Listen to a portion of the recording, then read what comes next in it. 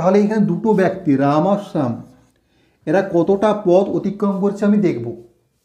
ঠিক আছে, শ্যাম কী করেছে 80 কিলোমিটার পৌঁছেছে, সেখান থেকে আবার 20 কিলোমিটার এদিকে আগের দিকে চলে এসেছে, মানে টোটাল দূরত্ব কত দূর অতিক্রম করেছে, 80 আর 20 যোগ করলে 100। আর রাম কী করেছে তাহলে, টোটাল দূরত্ব 80 কিলোমিটার, সেখান থেকে রামেরটা 20 কিলোমিটার মাইনাস হবে, সেটা হবে 60। এরপর দেখো এরা দুজনেই একই সময় যাত্রা শুরু করেছে, আবার একই সময়ে মানে মিলিত হয়েছে।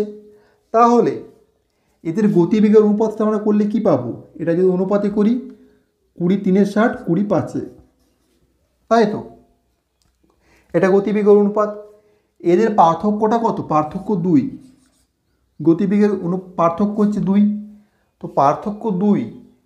কোশ্চেনে বলেছে দেখো রামের গতিবেগ শ্যামের থেকে 10 কিলোমিটার প্রতি ঘন্টা কম, মানে কি এই 2-এর মানটাই হচ্ছে 10। 2-এর মান যদি 10 হয়, 1-এর মান কত হবে বলো, 1-এর মান 5। তো 1-এর মান যদি আমার 5 পেয়ে যায়, এখান থেকে রামের গতিবেগও পেয়ে যাব, শ্যামের গতিবেগে পেয়ে যাব। রামের গতিবেগ কত, 3কে 5 দিয়ে গুণ করলে 15 কিলোমিটার প্রতি ঘন্টা, আর শ্যামের গতিবেগ 5 5 25 কিলোমিটার প্রতি ঘন্টা।